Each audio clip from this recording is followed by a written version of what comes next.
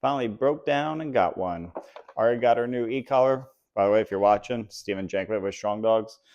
She's sitting here, laying here. She has it on. We haven't done anything with it other than just putting it on and doing some walks, some training, our typical usual stuff, okay? But how we're going to use it, and I don't know if I'll do a review. I might do a review. I will be in later videos. But I will tell you, it is the Dogtra 1900X. It's probably the same one I used with Ace and Ava. The only difference was that one was a 2 remote system. This one's just one because just have one. So real question is, why did I finally go for the e-collar? Mentioned this prior. I take my time when using tools and adding tools into the regime, okay? It's just one of my peccadillos. I like to get the dog, and my dog anyway, as far along as I can with minimum tools. So with her, forget which video it is, doesn't even matter. It was using the flat collar. Then it was the chain. Then it was the martingale. Then it was the prong. And then now finally the e-collar. So I always knew I was going to get one with her. It was just a matter of when. So, and I felt when now is a good enough time. And the reason is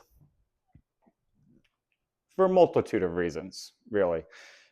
First one was because I hate to say this, but I'm going to say this. Hermspringer, the prong collars are not what they used to be. First, it was, I had two. If she's here, I can try and show you. Tall, boom, there it is.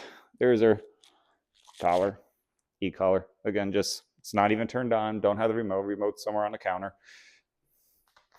Now she's doing a piggyback. Hi, thanks. Hermspringer was not what they used to be. So I've had this, my second one that I had to get from them. The first one, the links kept popping out. The prongs kept popping. No matter how many times I adjusted it, readjusted it for size, the prongs kept popping out. And then finally I got a new one, same thing. So, she got me pretty good. I'm gonna have to cut her nails. She wants to bite the edge of it, of the strap. The prongs, even on the new one, have done it once or twice. And yeah, I can go, and I should have gone to, putting a flat collar on her as well, part of the martingale. So this way you have a 2 collar system for that exact reason. If one breaks, you have a fail safe. Okay. So their mild incident wasn't a big incident, but it was mild. We're walking around, and this fucking poodle always gets amped up. Not her. We were just regular healing, and it was fine. Got off the phone with someone. We were just healing. The poodle, the owner put him off to the side, and we're walking, we're healing. It's fine. I thought we had enough distance between us, so I say yes, like free dog, that she can do her free walk. She doesn't have to stay next to me. And the collar falls off on its own accord. So with that, she felt it. She looked behind, just to see me, or happens to see the other dog. But obviously she felt it, and then goes after the other dog, amped up. She didn't do anything. It's her was the play, but the other dog, who the hell knows? So I had to grab her by her scruff, bring her over, put the collar back on her. Fucking thing falls off again. So had to grab her, pull it over, boom. Luckily, again, her recall is solid, but at that height of, drive, still being young, it's not proofed yet. And clearly it was not proof because she failed that. But again, I did a harsh correction of grabbing her by her scruff and then bringing her over. So that was when I said, okay, enough's enough. And her Mally is really starting to kick in, kind of like when she's in the crate. Sometimes she's just annoying, but we don't want to yell at her doing all this stuff. when I'm at Ed's, we put her in another crate away from the site of where all the dogs are biting, because she gets so worked up and wants to bark and leaks a lot and just wasting that energy. We just put her in another crate. But even sometimes in there, she barks and wants to get amped up because she knows what's going on. So this is where, okay, let's find another way to communicate with her. So I'm like, okay, let's just go with the e-collar, because you can't pop her with a, leash when she's inside a crate. I mean, yes, theoretically you could, but not at Ed's, because I'm over there watching, decoying, and she's around the corner.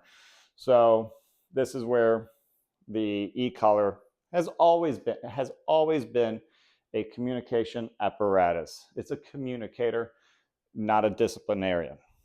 People can use it as a disciplinarian, but that's not why I got it. I got it because of more clarity and communicating with her and what I want. The other one, I'm curious to see how it goes, is to expedite her skill set with everything. I mean, there's nothing wrong with using the e-collar early on. It's just a personal thing for me. So she probably could have gotten a lot further along with it with me if I've gotten it earlier, but I really didn't want to. It was just me and my, I guess, pride, or I just like to always test my skills to see how far along with her foundation, with her fundamentals, can I get without electricity. And that's what I wanted to do, and that's what I did. But then these little episodes started happening, and that's where I'm like, okay, let's really, get more precise and use the e-collar. So that's really what it was all about for me. It's just so I can communicate with her more effectively. That does not mean we stop luring, we stop training, none of that. She has a good enough foundation that I was like, okay, we can go ahead and add one more thing to the process to really get her skill set up. Okay. I would not recommend anyone, if you have a dog with poor fundamentals, to go get an e-collar. That's not going to fix any issue.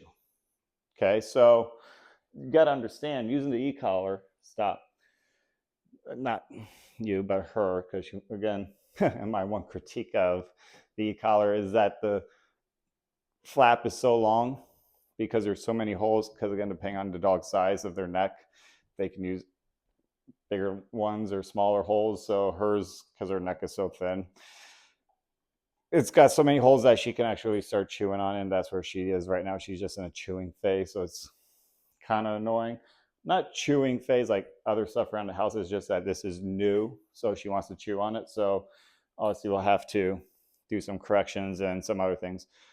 But yeah, I wanted to expedite her skill set, and really, because even when we do training, I don't really correct, but sometimes I'll get a jiggle of the leash just so she can pay attention more on me, but nothing really harsh or sharp. So now that she has another layer of communication, we can really see what she's going to do to really reinforce some of the behaviors that we've already set. So yeah, if your dog has already got a whole lot of issues, can an e-collar work and help? Yes. Will it solve all your problems? Probably not. Again, you have to go back to what the issue is and start layering it from there. If your dog already has poor fundamentals, if you haven't created a positive relationship with whatever you're doing, then it just is a fear tactic. None of my stuff is fear tactic, because she just puts it on and we go train. I haven't tagged her or anything. So no, that was about it. Just a few issues. I just want to make a quick video about this. I'm not going to ramble on, so I'm catching myself before I go off on these tangents and talk for 15 more minutes. No, it's just a few episodes. Also, with some of the things we are doing with the send outs and the arounds, I am in a public area, which is great for one side. There's a lot of distractions, people with dogs and things like that.